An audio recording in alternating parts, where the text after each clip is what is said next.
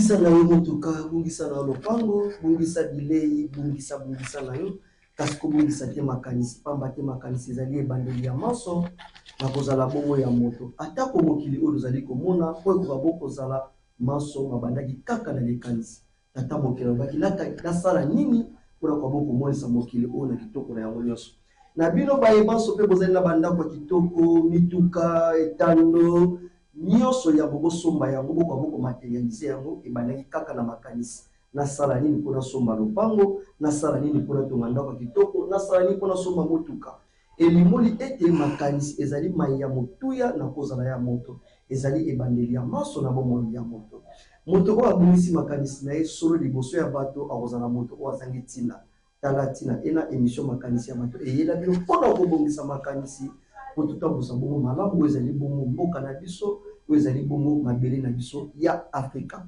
Tozongisi matondo mpe bambote ya mingi na bino balandi ya Voix Télévision surtout mingi na bino balandi ya émission makanisi ya bato.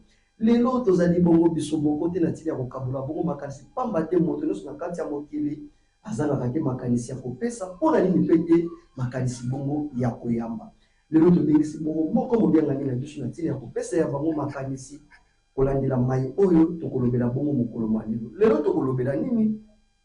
Tokolobela ba critère oyo ezali kotalisa ete mboka to pays oyo ezali indépendant eza na bosomi nango nyonso. Tokozala bongo na kilali ngeleka, tokozala bongo pe na ndengwa moseka epalia. Na kolika soki bakokoso ya nzela mbutiage ekokanga bango te, tokozala bango pe elongo kasi awa sur place toza déjà na kilali ngeleka pamba te baza déjà baye oyo bayaka déjà na plateau ya émission makanisi ya bato. Mbote kilali ngeleka. Mbote mingi ndeko mopanzi sango pe mbote na bandeko balandi banso bakolanda biso. Boni ba santé.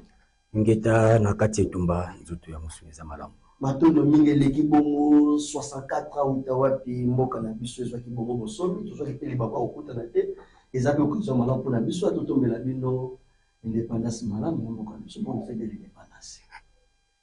Matondo mingi ndeko mopanzi sango lokolo eza motuna te kasi bolobi botombela biso toyambi yango na kolobeti esengelaki botombela biso bokanisi malamu mokolo oyo esengelaki mboka na biso ekota na lipanda bokanisi malamu so tombeli bonne fête de l'indépendance biso tokolobeti likanisi lokola bongo émission na soko mona makanisi ya bato likanisi ya indépendance oyo esalaki ete mokolo wana le 30 juin 1960 ezala likanisi wana yango te ekota na application yango tokoki kosepela te mwana wa botami ya kofi ça veut dire que likanisi ekota te na implication likanisi nini esengelaki ekota na implication po bondima suwe oyo biso totombeli matondo mingi ndeko na ngai esengeli tobanda nano koyeba nanu kombo wana indépendance elakisaka nini lokola ezolobama na français mbala mosusu ezosala ete toloba bayimbi toyebi français malamu te ou soit toza na incompatibilité ya kososola français lokola bakolo na yango nde sika problème ezali tosupose ke boyebi français malamu po biso toyebi na biso yango malamu te indépendance balobi ezali état tozwana na sens nango la ozana mwa côte na sens nango balobi ezali état de quelqu'un qui n'est tributaire de personnes sur le plan matériel, moral et intellectuel. Wana ndenge ya mutu la sens nini balobi salaire azozwa ezosalaki azala indépendant na vie na ye azongelaka susu baboti te kenga ndako nango nazangeli ya kolia akenda soki komandie te mpona kovivre soki maladi azwi so na ye soki kokoso ami soki kaka na salaire azozwa babi salaire ezorendre ye indépendant parce que tozwa siko na ndenge ya nation soki balobi Congo eza to pays ezali indépendant c'est que pays wana ekozala tributaire te na pays mosusu sur le plan matériel, moral et intellectuel. Parce que quand on est dans le côté autour français, on devait biso bayi ke to sur la roma la monté. Donc état de quelqu'un qui n'est tributaire de personne. Et état d'une nation qui n'est tributaire d'aucune autre nation. Tributaire on est là qui ne dépend pas d'eux. État ya mboka oyo ezo dépend de la mboka mosusu. Sur le plan matériel, sur le plan moral et sur le plan intellectuel. Donc, au dépend de tout le sens dans l'onion. Causalité dépendant, kozala te prisonnier, kozala te soumis, kozala te subordonné, kozala te suspendu mpona kokosa posa ya moto. Donc soki Congo bakolobaki tofete indépendance, c'est que faut tenir que c'est le Congo dépendra lisusu te na pays moko songolo ya mokili oyo sur le plan moral, intellectuel et matériel. Parce que sur le plan moral, matériel et intellectuel, Congo est indépendant depuis 1960. Ah bon? Oui. Parce que sur le plan matériel, les causes de biso, talananda kunayo, biloko made in Congo est abonné. Donc sur le plan matériel, le Congo n'est pas indépendant. Nous sommes au point de musique, l'indépendance n'exclut pas la collaboration ou la coopération. Mais, dans cette indépendance, il faut beaucoup autonome pour s'autosuffire dans les premiers besoins de bino. En équipement, en équipement, le côté matériel. Ce qui est le côté moral, votre imaginaire collectif, vous connaissez la candidate, vous vivez à Kabon, vous vivez à la plus bref, le coup d'habitude, tu as analyse politico-religieux, tu as deux casquettes, d'une part, tu as politicien, d'une part, tu as un chef spirituel, d'une confession religieuse. Dans la carte indépendance, beaucoup de colonisés, le coup la colonisation, dans la carte yango, tu as pu coloniser yango, et puis il y a qui imposer, pour exploiter le peuple, pour imposer la valeur morale nango, na kati ba valeur morale toujours la foi religieuse. C'est que pour qu'on ait bien indépendant, il faut se débaptiser la foi religieuse ou la colonisation ya Guinée. Ou que le Béli n'est pas être tributaire d'autres nations sur le plan moral. Et sur le plan intellectuel, système éducatif ou la colonisation et la Kibino. Tant qu'on a besoin d'indépendance, il faut ça le système éducatif adapté à la vie Nabino pour développer la Bino ou évoluer côté la ère il y a indépendance. Parce que l'indépendance n'est pas un simple vocabulaire, mais c'est une vie. Il y a un faut sur la bombe. Il y a des cas qui ont la définition de l'indépendance. Et belé à batu ya mayele na mboka na biso batangi ba kelasi ya bakasi. Ba trois fois docteur Bazali, mais ba célébrer ka fête sur l'indépendance. Ma koki fe dimaka. Pour tout kamwe ba mibugo le switch koleka. Awa na moni en tout cas fête na ngwe sala maka vraiment les sous-souté. La nileka. Batu wana nyonso ya mayele o bazo lekela pe na libonga ya bokami na ba ministère ya bokese. Avant na kananda bazo sepela bazo célébrer et marche ya ba mapinga ya mboka ko l'accepter bisale tout ça nango et ça les marque. Tout le baki basala kokoso ya kusoso na ndimola to définition ya mona indépendance tout ça kanai. To le bilango kanai te. O kozanga koyeba moto azangi koyeba. Andi makate pa yeba kate azangi koyeba. Donc eza ko kelasi nini atangi oyo colonisation etikaki zokande yango te ekokaki kosunga to kosunga moto oyo komibenga indépendant asoso na définition ya mot po ela setangisi définition oyo ya mot indépendance bato nyonso bazomona yango mais nini ezosalaki atangi yango na akoki te kososola yango nde parce que bizozali molimo na ye ezobana na tena molimo ya lokota wana. Ce qui fait que molimo ya lokota wana ata mosuni na ye azui définition to compréhension nango lokola molimo na ye na molimo ya lokota wana ezobana na te nde mosuni na ye akozala na incapacité à commettre en exercice application ya oyo azui loi définition. Donc incompatibilité entre molimo na mosuni pour la communisa ou il y a zone de bateau à Zokanis. Ni ça veut dire que biso comme la dépendance avant tout le cas. Voilà. Les alliés selon moi Moulaï. Donc c'est que les alliés selon moi Moulaï au bas congolais to ba yinde sengeli ba yeba. To kumbango mukusi. D'une part to lobeli yango na ngambo ya molimo. Biso ba yindo. To salaka mindele mabe. Na ba période de kakala. Masolo boyoka kozala ya bana Israël na Égypte. Égypte wana ya kala ezalaka Égypte ya bayindo. To nyokoli bango pendant 430 ans. lokola konyokola ezali esengo te ta tata mokili etangamela biso mbeba nde ebongisamaka ete mokolo moko songolo tokofutaka mabe wana kaka awa na se ya moi peuple wana oyo azalaka d'Égypte oyo anyokolaka peuple d'Israël peuple wana na désertification ya makasi akimaki désert mpe ayaki koluka kosinstalle makasi na centre ya Afrique nde basalaki noyau ya makasi oyo tobengi ya mpe Congo peuple mpe oyo ya Israël oyo azalaka na bombu l'Égypte ntango abungi na bombu l'Égypte azongi na contre na bango na Kana nsima ya ntango balongwe na Kana bakei kopeuple Occident même peuple wana bake kopeuple Occident Europe occidentale ekosalaki na bileko bya tambolelo ya mokili peuple kaka oyo wana ase retrouve sur une situation ya difficulté ya kozanga biloko ya kolia peste ya makasi ezwamaki na Europe na ba 13e 14e siècle nzala ekotaki ya makasi bépidémie ekotaki ya makasi alors ntango akalmi ye nde basanganaki mpona kokende koluka solution koteni bakozwa bavivre oyo koya renforcer bango to kopouvoir bamboka na bango ndenge esalamaka mpe kala bakendaka Egypte kosala nini nzala ezalaka na ngambu na bango bakende koluka biloko ya kolia nde bayokani batindi baexplorateur des hommes envoyés en mission oyo bayebi te kote bazokende me bake kaka mais na souci pour l'intérêt général ya bamboka to ba communauté na bango par rapport à la mission expéditive mission osaki conduit par un certain Diego Cao va se retrouver na cœur de l'Afrique to na royaume na empire ya Congo rapport na bango par rapport à rapport ya ba explorateur ou sous rapport ya expédition Diego Cao ezalaki plus élogé ndi wana communauté na bango nyonso bakovanda baloba ete il faut tout ça la makasi to attirer attention sur mingi vers côté de Gokawauti.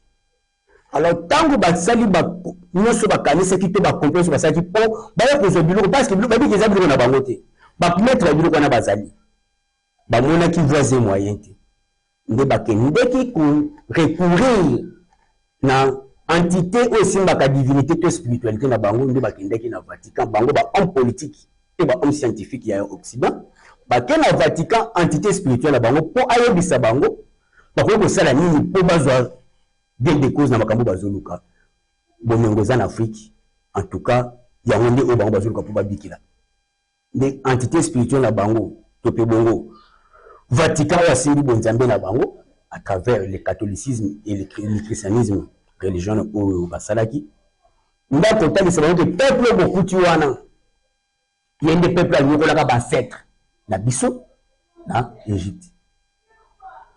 De fait, le roi Tokuta yi lisusu bango banyokolaka biso. Ateza na mokili na bango sur le plan spirituel, baza censé bafuta biso, mabe basalaka biso. L'occasion est propice. Bon profiter de l'occasion pour peuple moi pour le peuple moi deux fois té. Bon kende. Bon utiliser ruse pour ceux qui va tomber na ruse wana pour comment va mettre na bango. En revanche, il y a ce qui fait que ça a été occasionné en 1491 à travers roi Nabiso, l'empereur Nabiso Nzingakou, à céder pouvoir spirituel ou un pouvoir politique à Bayindo, na kondima ko se convertir au christianisme. Mais se convertir au christianisme, les alaki victoire la religion chrétienne et peuple des races blanches sur la région sur Bayindo. Donc, tout le processus, il y a un processus, il y a un processus, et meni bengi domination occidentale sur la race noire. Bazo ou Europe, dans divers pays, bazo ya exploiter Afrique. Et ça dit que, Nathan Wana, l'empereur a senti que les autres malades mutalingi azonga simabo ya sur religion na ba pa bo coopération wana ba kobuma ba c'est le premier coup d'état na 1506 ba tindi mwana ya roi aboma papa na ye ba imposer mwana wana comme roi successeur à papa na ye alors que le vrai successeur fallait à mwana liboso et mwana succédé c'est le deuxième fils. La raison parce qu'il y a qui déjà converti totalement na christianisme. Pour à travers le christianisme, ils allaient pas imposer dans le royaume et l'empire Congo. Nous avons à christianiser qui Congo. Le roi Alfonso Ier. Il a ingélé ka bozana kana na maloba rôle d'une spiritualité et jouaka pour influencer moto azala faible sur le plan physique azala facilité à kozala coloniser tout dépendant na maye mususu ya bapaya spiritualité vraiment joue un rôle nini parce que politique c'est ya bokabwani spiritualité parce que c'est nango mais pour une spiritualité moto a comme faible sur le plan spirituel aza comme facile ya kozala pe dominer sur le plan politique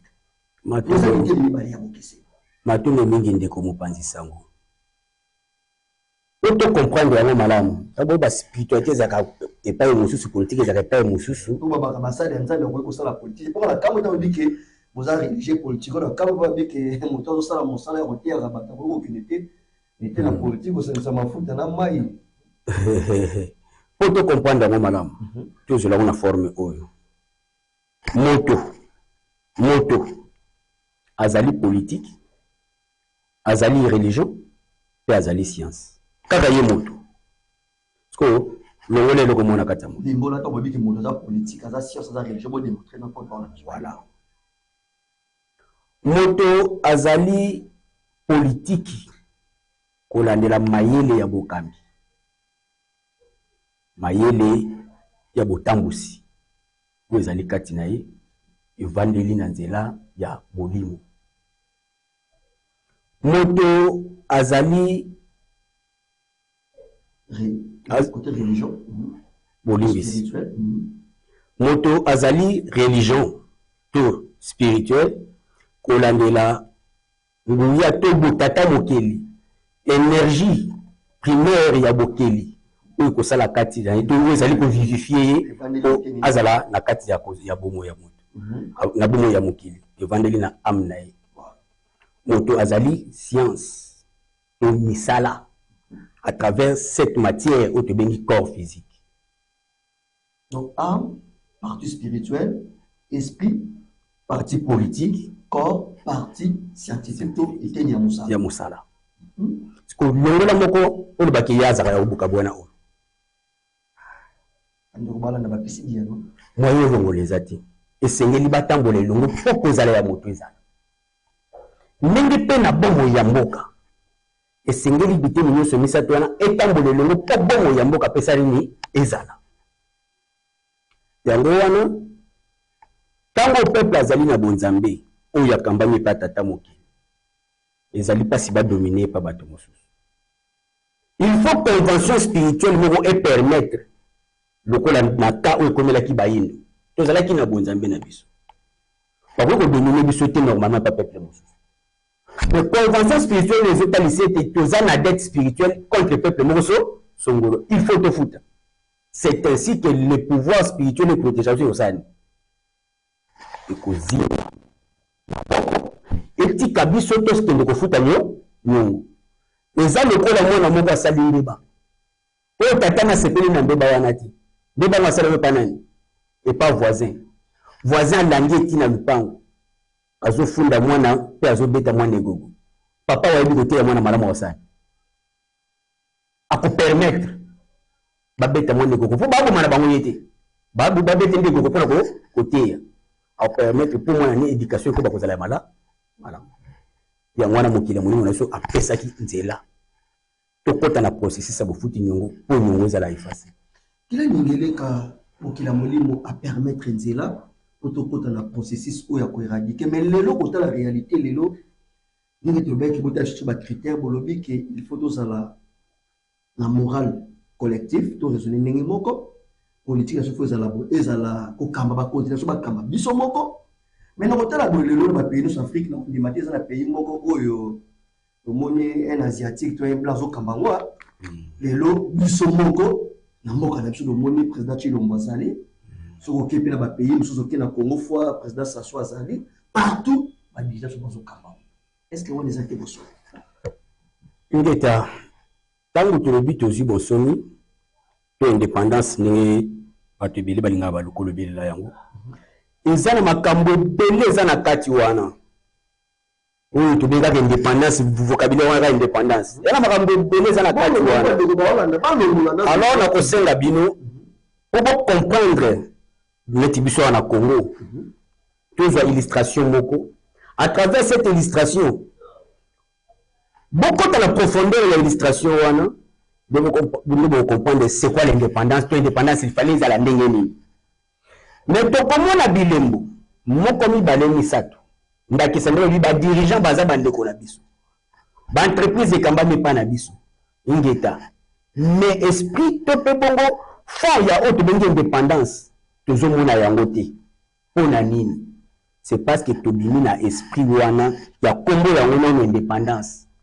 Oyo biso to bundeli indépendance, faut te bango malamu. To ko renvoyer bato na discours ya symbole de l'indépendance pour la révolution africaine Bouta Lumumba sur le plan politique. Le 30 juin 1960. Ce qui beaucoup songa biso le wana bande ko balandi. Discours wana tolanda yango. Dete ko ya kala ou catholique ya na yebiki na régie ou eza forme télévision etanga bola musimo ba yino na pongi.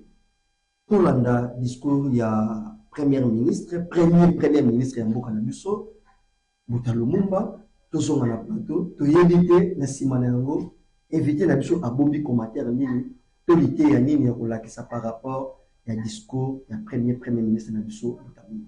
Et si kana régie. Congolais et Congolaises, combattants de l'indépendance, aujourd'hui victorieux, je vous salue au nom du gouvernement congolais. À vous tous, mes amis, qui avez lutté sans relâche à nos côtés, je vous demande de faire de ce 30 juillet 1960 une date illustre que vous garderez ineffaçablement gravée dans vos cœurs, une date dont vous enseignerez avec fierté la signification à vos enfants, pour que ceux-ci, à leur tour, fassent connaître à leurs fils et à leurs petits-fils l'histoire glorieuse de notre lutte pour la liberté. Car cette indépendance du Congo, si elle est proclamée aujourd'hui dans l'entente avec la Belgique, pays ami avec qui nous traitons d'égal à égal, ni les Congolais digne de ce nom ne pourra jamais oublier cependant que c'est par la lutte qu'elle a été conquise.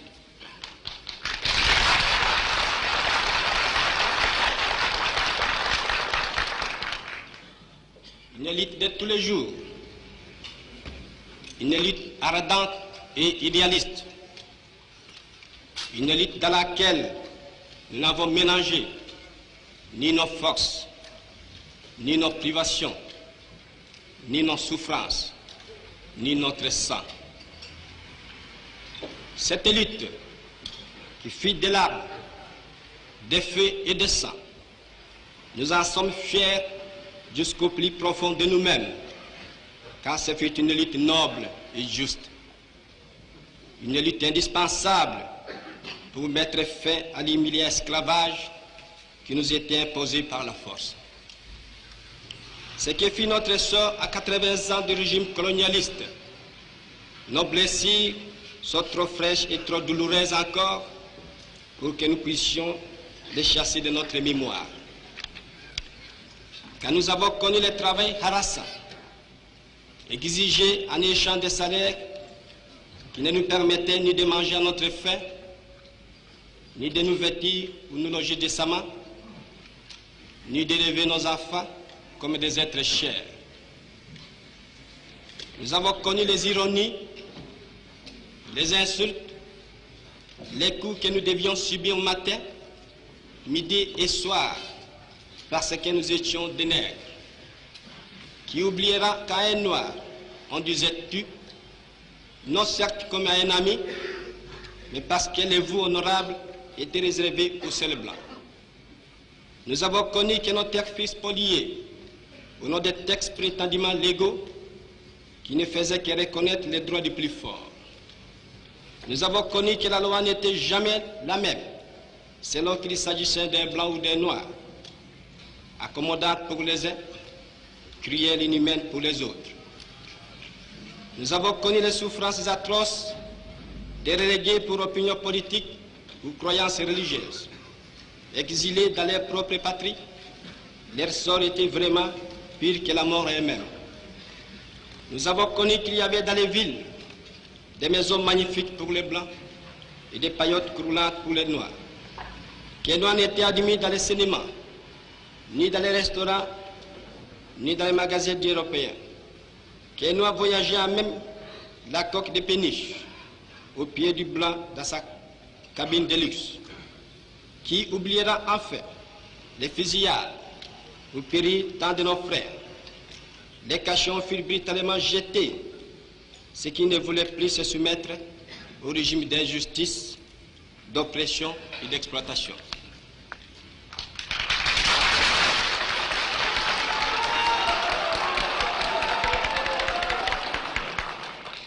Tout cela, mes frères, nous en avons profondément souffert. Mais tout cela aussi, nous que les votes de vos représentants élus a agréé pour diriger notre cher pays, nous qui avons souffert dans notre corps et dans notre cœur de l'oppression colonialiste, nous vous le disons, tout cela est désormais fini. La République du Congo a été proclamée et notre cher pays est maintenant entre les mains de ses propres enfants. Ensemble, mes frères, mes sœurs, nous allons commencer une nouvelle lutte sublime qui va mener notre pays à la paix, à la prospérité et à la grandeur. Nous allons établir ensemble la justice sociale et assurer que chacun reçoive la juste rémunération de son travail.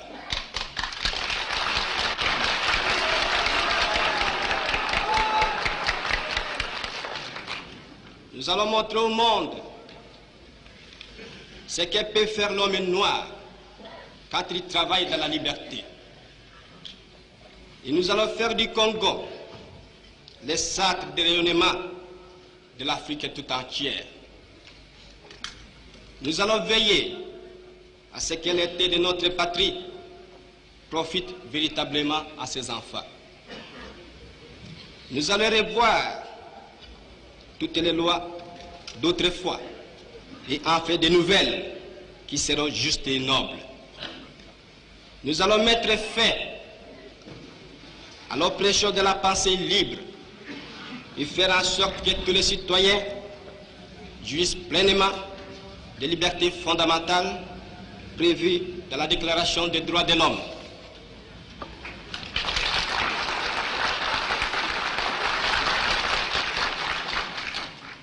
Nous allons supprimer efficacement toute discrimination, quelle qu'elle soit, et donner à chacun la juste place que lui vaudra sa dignité humaine, son travail et son dévouement au pays.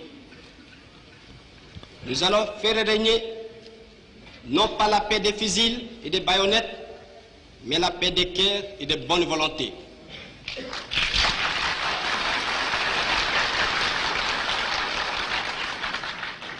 Et pour tout cela, chers compatriotes, soyez sûrs que nous pourrons compter non seulement sur nos forces énormes et nos richesses immenses, mais sur l'assistance de nombreux pays étrangers dont nous accepterons la collaboration chaque fois qu'elle sera loyale et ne cherchera pas à nous imposer une politique quelle qu'elle soit.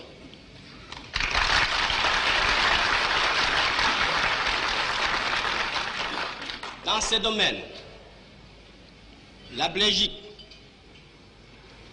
qui comprenant en fait l'essence de l'histoire, n'a pas essayé de s'opposer à notre indépendance, est prête à nous accorder son aide et son amitié, et un traité vient d'être signé dans ce sens entre nos deux pays égaux et indépendants. Cette coopération j'en suis sûr, sera profitable aux deux pays.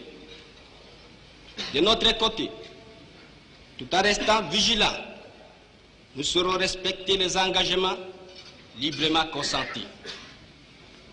Ainsi, tant à l'intérieur qu'à l'extérieur, les Congos nouveaux, notre chère République, que mon gouvernement va créer, sera un pays riche, libre et prospère.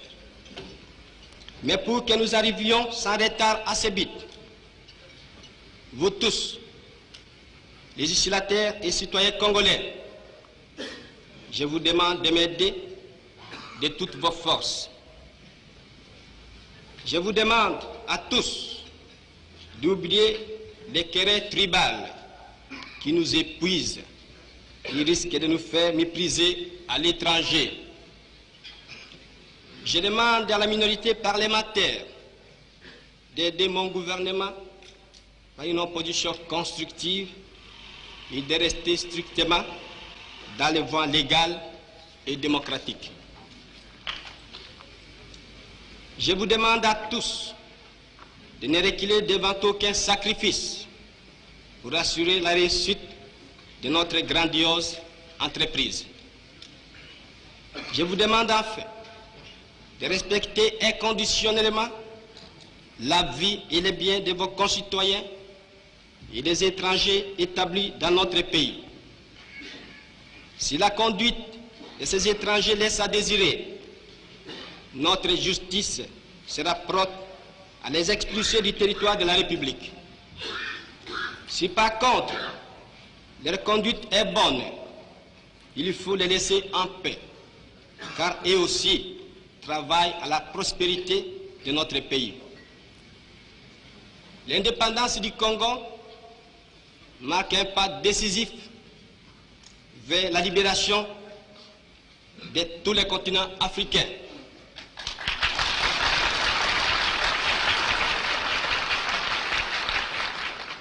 Voilà, si, Excellences, Mesdames, Messieurs, chers compatriotes, mes frères d'Arras, mes frères de lutte, ce que j'ai voulu vous dire au nom du gouvernement en ce jour magnifique de notre indépendance complète et souveraine.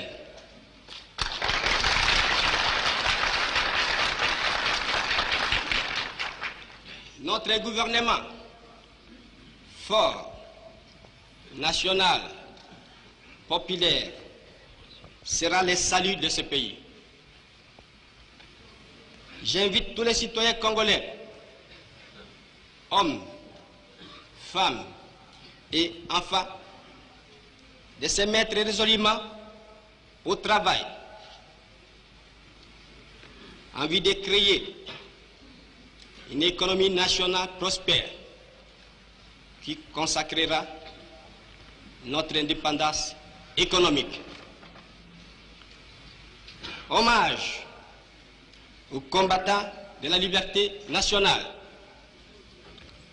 Vive l'indépendance et l'unité africaine. Vive le Congo indépendant et souverain.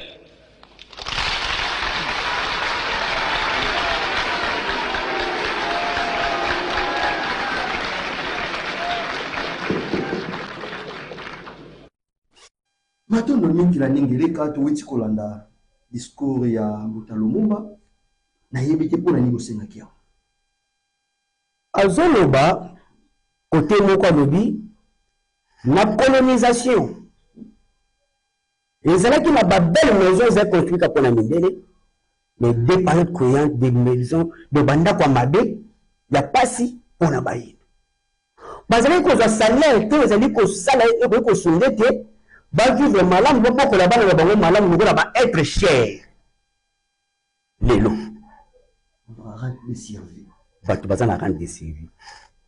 Donc ce sont on doit vivre na cité ti ayebiti tant que ba ki batu bazana ba ndako ya mabitu ba période courant lokola le Mbuta Lumumba. Autant combat quartier te mais batu ba vivre na cité to ba vivre na cité ba yebi to yebi. Tina lelo mais ekozala malamu eza kofinga te moni soki botangi te ekotika mwa zone d'ombre na mitu ya bato otanga ezalaka malamu mpo moto apalpe réalité ya vérité ya maiko tozolobela apres sunga bango ayeba ete ntango tolobiki na quartier to na commune so eza kofinga te eza maye oyo eza histoire babongolaka yango te kosembe kotikala kosembe to visite bakartier lokola bakitoki mosi toke na basanga mamba na bakati kuna toke na bokende na oyo babengaka mpaka juma bakende babandaka na banda biloko wana oke na bakartier lokola kimbala na bamatadi mayo kuna na kati oke na bakartier na ba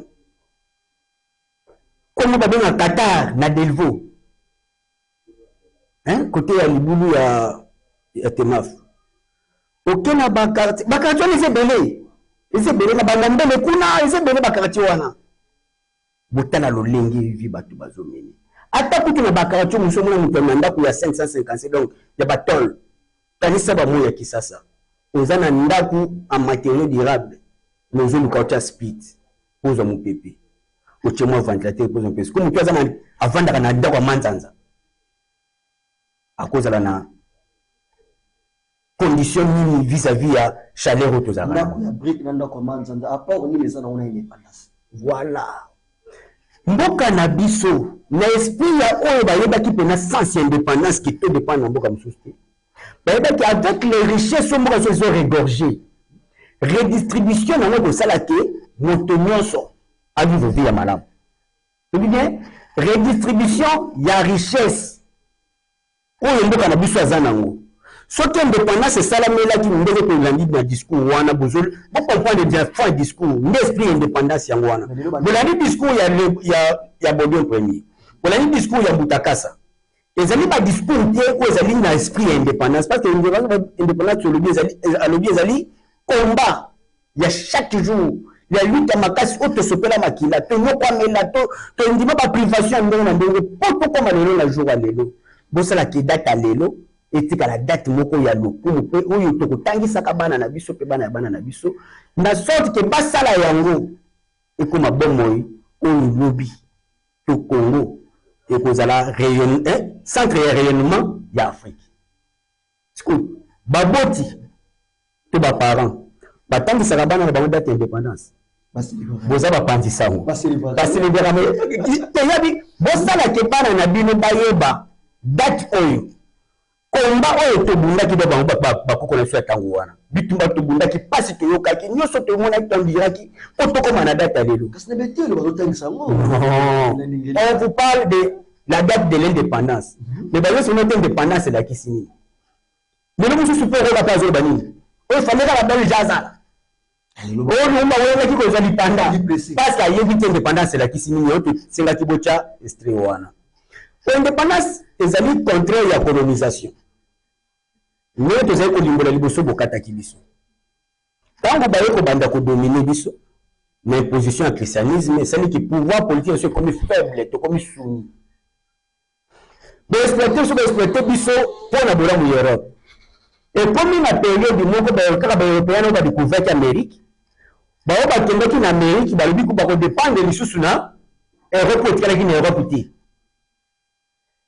nde baeuropéen oyo bakendeki mission ya exploitation ya Amérique nde bayaki mission ya exploitation ya Afrique baboyi kodépendre na bagouvernement na bango babiso tokodépendre na biso moko nde toyokama sur terrain tozaka bango totindelaka bino nde bagouvernement européen oyo etikalaki na Europe balobi nini donc bato totindaki tofinansaki batombokeli biso si tele eleka osa batikala kuna biso soki tosani tokende kosassoir na Afrique nde bakoya sikoyo na likambo ya partage de l'Afrique yango nde bakokabola Afrique na 52 états ndenge esi bakabolaki Amérique na 52 états appartenant aux états de l'Europe nde bakozwa bapart na bango na 1887 na projet esalamaki na Berlin oyo azwi oyo ekomi terrain na bango d'exploitation qui dit que exploitation colonisation oyo ekoya te na maloba par la force des armes et des baïonnettes yango mutoni bazolobela que tant que tu indépendance, tu as paix. Mais paix, il se il y a des qui n'ont pas baïonnette, mais tu as paix, il n'a pas cœur, n'a biso. Tu as pas querelle tribale. Où ils ont divisé ce point. Il y a des querelle tribale, ils ont divisé biso. Et où tu as vous exploité la biso. Et pour ça, ceux qui te connaissent, ils te mettre. Alors, à partir du jour où tu travailles pour la prospérité. Tu as lutte, il y a travailler pour la prospérité. Il y a un cannabis et pour ça que l'Afrique est au centre et le Congo est au centre, il y a rayonnement, il y a Afrique. Donc, ceux qui ne plus jouer de côté qui n'a pas travaillé pour la prospérité. Et il y a que ça là que Congolais, digne de semaines de Yémoko Moutalum Bazali, Baou Moutalum Bazali Kouloba, à côté qu'on ouvre le thème de Tenda Bomongo, Kassazang et Sika Kolala, Azanga, il a mal à Makolata, Azanga Nera Kolé Sakalibota. Il a une direct. Tout est direct. Autant le Congo, République démocratique du Congo, était une politique, critère, à ça indépendant. Pas indépendant. Pour bailler Kambi, pour bazo Kamba, bailler peuple va comprendre que sans indépendance. Nandengeni. Na kata illustration ya maloba o to discours yo Mbuta Lumumba, beaucoup trouvé que homme politique à l'élo, azana ligne wanate. Pourquoi Mundele a s'empressé pour le Mbuta Lumumba? C'est parce qu'il avait compris que c'est ça l'indépendance. Où se refléter dans quatre esprits à Moutou. Pourquoi Mundele a s'est fait quitter? Quoi qu'il a signé qui me il était toujours en laboratoire pour le Koulouka, mais il faut pour le déjouer. Mais avec l'esprit de cet homme, il faut concrétiser le Bazo Luka. Tu es écarté, tout est en abattu, tu es en yango, tu es se placer Kobina, Baluka Kolata, le roi Mouda, la qui va vendre, le roi Mouda vendre qui, mais le roi va être sens nangote, va coûter la tête pour la population. C'est comme ça pour comprendre madame, toute la politique à l'élo. Nous avons un régime, où ils ont dirigé. Et ça, on a une opposition. Bazali contre un régime. Pour éviter, par rapport à la vision politique et à régime, par rapport à l'individu. Donc, c'est ça l'opposition. Opposition. Et pour dire que ça un jour, on va pouvoir. Ceux qui vont contre l'individu. Donc, on a un individu, on a un balongo. Parce que l'individu va remplacer. Opposition, tu n'as pas. C'est que Tino nango ekokisami po tolongoli d'individu oyo tolingaki te tozia baindividu mosusu. Est-ce que makambo yango changer? Changer te. Mais soki opposition ezali mpo na vision tosepeli te na vision parce que ezotya mboka na pasi. Soki vision eloko totya vision ekotya mboka na bolamu. Ozolobela kaka opposition ka bapolitisien bazalaka ete na opposition. Nalobi pour opposition na pouvoir. Nazo ba opposition na pouvoir. Nalobi bien opposition na pouvoir. Baye baza na pouvoir. Ceux qui baza la mabe, c'est que baza na position baye biki bola moza a. Tant baye baza la mabe ba kolongo. Baye ba koya o baza ko s'opposer ba ça. Faut pas ça ya malamu koleka. Ko ceux qui baza la ya malamu koleka bani. Baza la ki ba opposant à individu et le ba opposant à vie, ya vision parce que ceux qui baza opposant à vision, il fallait tant que baza pouvoir que ba na vision c'est ka o le développement. Alors, donc, on a le développement, il y a même des soucis premiers, il y a indépendance. Parce qu'il y a quatre indépendances. Tu peux qui cause à la dominer, tu peux qui cause à la au service, tu peux qui cause à la exploiter pour l'intérêt de l'Occident, tu peux qui comment se servir pour notre propre intérêt, pour notre bien-être. Réseau à la canine, nous avons dit que Monguna Telemaka, on a baillé pas sur le Karabosomi, au Pessin d'Akissi à Montalumombo. Mundele, on a dit à sa charnaka, tant on la raison principale na ye ezalaka nini pona kobomisa bayeba telemaka pona koluka dans bosomi to dans le game politique. Voilà, raison ezali simple à comprendre. L'Occident na bango moko bazali te na bomengo oyo ko sala ke bazala na via malamu ba mikaniselaka.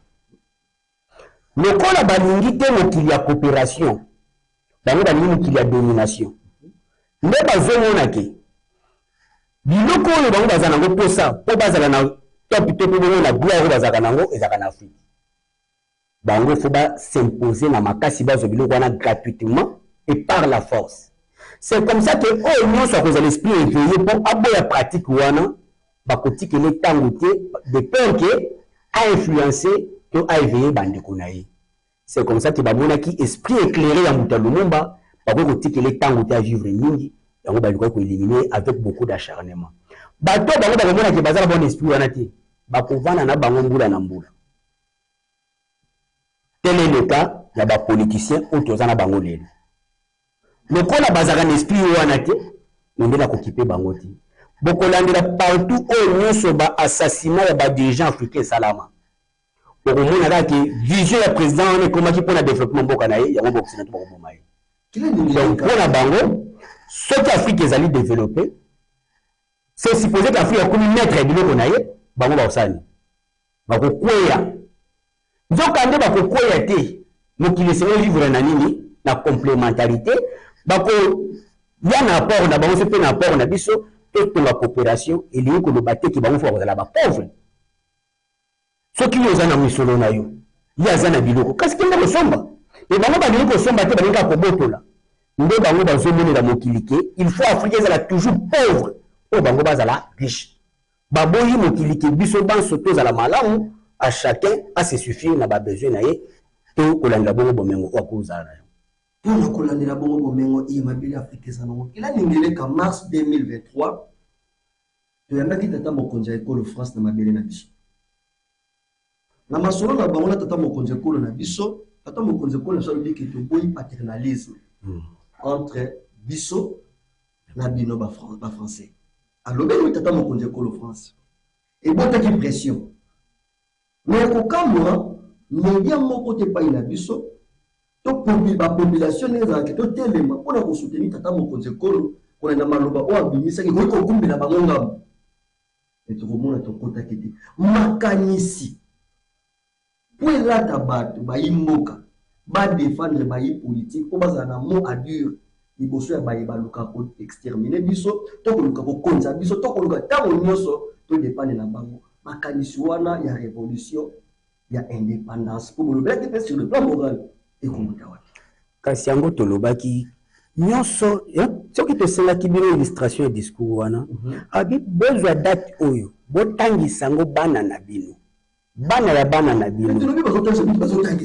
batangisa yango te po bayebi yango tu bango moko bayebi yango te voilà na kati indépendance système éducatif ezali tobi valeur intellectuelle il faut système éducatif nano ya belge atika oyo ya bavuyo copier ya belge na ba français to lomela to tia système éducatif ya biso esika to tende ko kundola masolo oyo ata système éducatif za basine na UNESCO kilandi kasi UNESCO ngo elo ko bani. Donc, la UNESCO, système éducatif, il faut avoir mindele. C'est que ceux qui t'ont dit, bon, c'est que l'UNESCO peut aller, mon branche à colonisation. Peut admettre, bon, ceux qui, l'UNESCO a compris dans son propre système éducatif, c'est que l'UNESCO est allé une branche à colonisation occidentale sur l'Afrique. C'est simple à comprendre. Dans limite que la Chine, c'est le système éducatif occidental. Nandimite ke na Corée du Nord basa système éducatif ya occidentaux. Nandimite ke na Iran basa système éducatif ya occidentaux. UNESCO lobani. Parce que Congo zo bangani. Mais ba yeba so batangi bateka système occidental. Voilà. Batangi système occidental, o soki to sali évaluation. Il y a résultat intellectuel ba sur le terrain to na pratique. Et tchembo kana biso nani na niveau ni. Mais le système éducatif africain ezali. Parce qu'il faut que Zala pour tata mokeli akela bato apesa basusu mayele koleka baninga te. Nous allons parler des critères il y a indépendance. Il faut que Zala na o ya bino système éducatif. Le mouvement indépendance ezali ko continuer. Parce que si il faut fakate beaucoup de moto kasi bobo molimo wana te. Il faut que to comme libre. To botama ba esclavité pour to fa ba esclave. Voilà la spiritualité nous spiritualité négro-africaine. Mission la spiritualité négro-africaine, tout comme toute autre spiritualité, où Bosola Tata Mokilezali, nous autres Togo kasi Moulimu Koboma. Continuité esprit Zara. Moulimu Wana, on continue à œuvre, surtout sur les apôtres Bola Mabatubas. Yango Wana, Biso le to comprendre ni. Bitumba indépendance. Oh, le lot de temps, il nous tombe à péter au commissaire. bitumba indépendance oto yebeleli grandeur il y a le plus grand des plus grands prophètes walongo Fumukimbangu Wangitukulu wa Masisi wa Lunungu wa Lulendo conscience africaine le symbole de la conscience africaine bitumba wana lelo ezali ko continuer à travers les esprits oyo baza kotelema na isolement na mboka kasi na grand esprit le grand avatar oyo azali continuité ya mission ya indépendance Afrique kombona bango Fumukusu kya munzala mpanda na ngora nesongi nzila oyo bazali rénovateur ya religion africaine ekufa bazali rénovateur ya système éducatif africain oyo bunga bazali rénovateur ya système politique africain oyo ebunga oyo bazali rénovateur ensemble ya ba critères ya pays indépendant nesongi nzila to Fumukusu to ko incarner azo incarner yango parce que azana donc il y a incarner ba critères te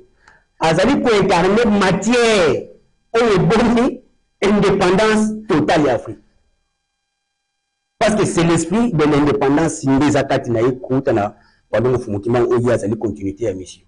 Est-ce que esprit ou ya indépendance peut kumba biso na ba critères peut kolakisa ba kito ekolo oyo za indépendant esengeli ezala kaka na moto moko to tata mokonzi ekolo ndazala nango to esengeli ezala na population nyonso oyo bazala kata pays wana esengeli ezala kaka na moto moko te po indépendance ezali bomo ya bato ya kozala mokolo na mokolo ya mokolo na mokolo donc soki ebandi na moto moko il faut ekoma na bato banso soki mokonzi aza na molimo na indépendance akofa contaminer na population soki population aza contaminée soki aza contaminé te indépendance ezwi kokoso ekumbaka nini ekokumba nini ekokumba traîtrise kati na bino bobanda kosototrahir entre bino mpona kobundisa bolamu na bino dirige Afrique bazokutana bamatama to baketre inconscience ya population mingi yango nde ezosala ndakisa na question lobaki par rapport ya échange ezalaki entre président na biso na président ya école France population inconsciente akoloba nini oyo te président ndenge bongo akokumba ngambo bakoboma ye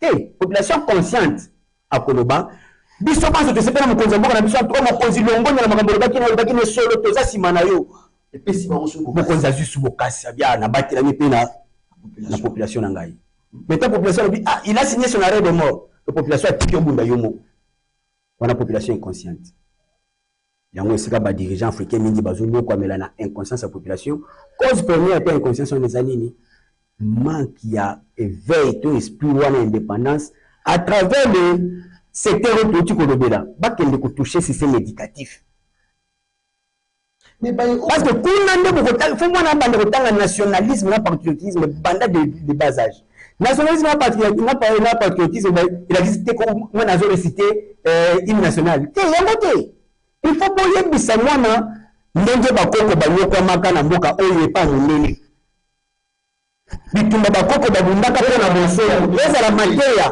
ke mwana so amoni mondele amoni oyo anyokolaka bakoko na ngai natikeli ntango te poso azwi occasion konyokolanga lisusu fo ekota na motu ya mwana yebaki na vie na ngai nde nakola boye ndenge banord coréen bazalaka devant baaméricain nde nakola boye ata nake mboka nini bolamu nyonso nakozwa fo ezonga na mboka na nga soki moto azokola bongo akotikala kozwa mbongo ya mboka neti akende koplace na mboka mosusu mais il a dingeleka bon moto alatami na moral wana mais azokende kosambela na ye nakisa na religion étrangère eza na mokokoso te blocage monene mais aza na kati la révolution eloko ezopesa donc incompatibilité kosalama omona yango mpe badirigeant to bahomme politique africain aza l'esprit révolté wana ya indépendance mais d'autant plus qu'aza peut se soumettre à la religion ya Occident il serait toujours affaibli quelque part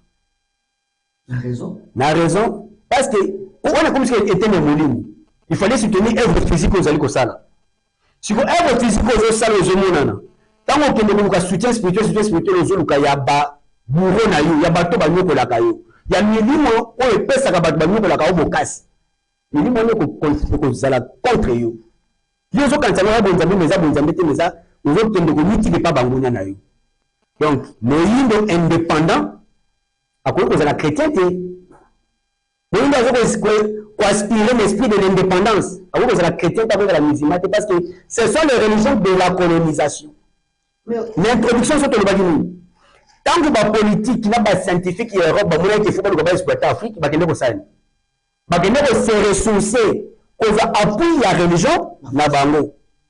Donc religion ya wonde et favorise la colonisation ya Afrique par l'Occident. Donc tu as cité ce que na kata religion c'est que les alliés pour pérenniser colonisation spirituelle d'Afrique et pour s'impacter sur la politique et la science. Mais la politique à l'élo a besoin de cigarettes. Politique est Oh, nous analystes politiques, mais besoin de cigarettes. Donc besoin de cigarettes pour tout bandaki. Besoin de mandataire, on va DG quelque part, tout mandataire. Tous en a posé que bacha biso DG quelque part, tout mandataire quelque part. Car citoyen ou combat un nouveau leadership. Makambo tolo ba auto sosolisa bato. Et kota na kat na bato.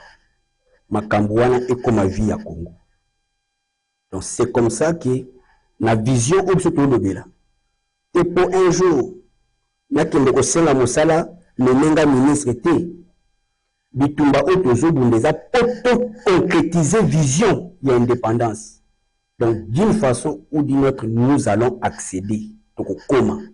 Na bokonzi ya kokamba mboka oyo pona ko imposer ko mema batu na kosu kota na vie ya makanisi ya independance ya mokona moko matondo mingi bandeko balandi na koliki ya tozobunda ila ningelika bazobunda kino ba ko materialiser vision na bango ya kozwa ngwende ya kotambosa bongo oyo ezali bongo bosomi ya mabele na biso bandeko balandi o baboni ke maikila ningelika lobi bango bazala balobi bosolo te to ba contredire benga na numéro ça na etando ila ningelika za ouvert na débat ako ya mabino na maboko ya kofungama ila ningelika to bandiko benda suka bandiko bazona na biso na biteni nyonso bokiseni bakambi ya politique bakambi ya mangomba bakambi eteni ya science na ba recherche nyonso scientifique basale maka bosimbi likambo ya système éducatif lingo baki bosimbi eteni ya science tokolika te vezali ngonga bozala mayebele sekili boloba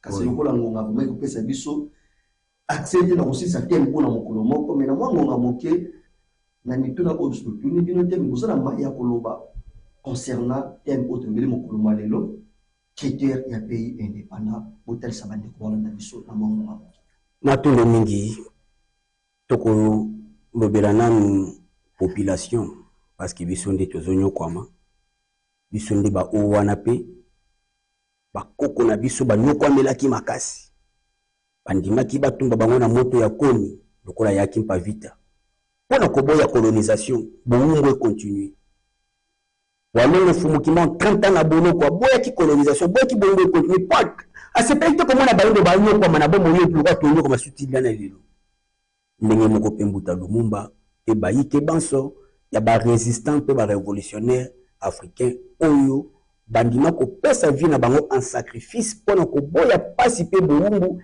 et continue na kati ya bandeko na bango bayindo lelo yo ndeko moyindo ozokoba konyokwama na mboka na yo congolais etonda bomengo mpe bomengo ya mboka na yo yango ezosala ete bamboka mingi ya mokili oyo bangaka bazala na bokasi oyo bazalaka nango wana kasi yo lelo omiti applaudisseur ya ba leader politique omitiki na distraction ya ba musique et ya ba kokomisa ya sport bien que ezali malamu mpona mwa divertissement yo wana mitiki na boyambi ya bopaya oyo colonisation yaki na yango omikomisi ke yo ezali mosambeli ya koleka bato banso kutu koleka na mindele bakolo religion oyo bayelaka bino tozosenga bino bosalela eteni ya nzoto oyo ebombaka mayele baservo na bino botala via Congo via population kotala te yo zwi lipa ya kolia to yo zwi la kango lolenge kani kasi tala ebele ya bandeko no bakongole na mboka oyo etonda bomengo est-ce que il faut to continuer na lolenge oyo il faut to bandeko bakontinue konyokoma to konyokoma na forme oyo ekosila ndenge ni soki tobanda kochange kaka badirigeant mais makambo ezochanger te vision to esaleli ezochanger te zwa conscience longwa na molongo wana ya baproducteur koma mingi exigeant to exiger na ba homme politique wana concrétisation ya indépendance molimo ya indépendance oyo ebombami na kati ya discours mpe maloba ya Mbuta Lumumba bango mpe balata maloba na babake biso mpe tokoconcrétise maloba oyo ekoma lokola vision politique na bango to politique de développement na bango mpo na mboka na biso soki yo peuple okoma exigeant mpo na application to effectivité ya mai oyo wana na kolikia wana tokoti na bitumba indépendance oyo tokende kobousculer bango bahomme politique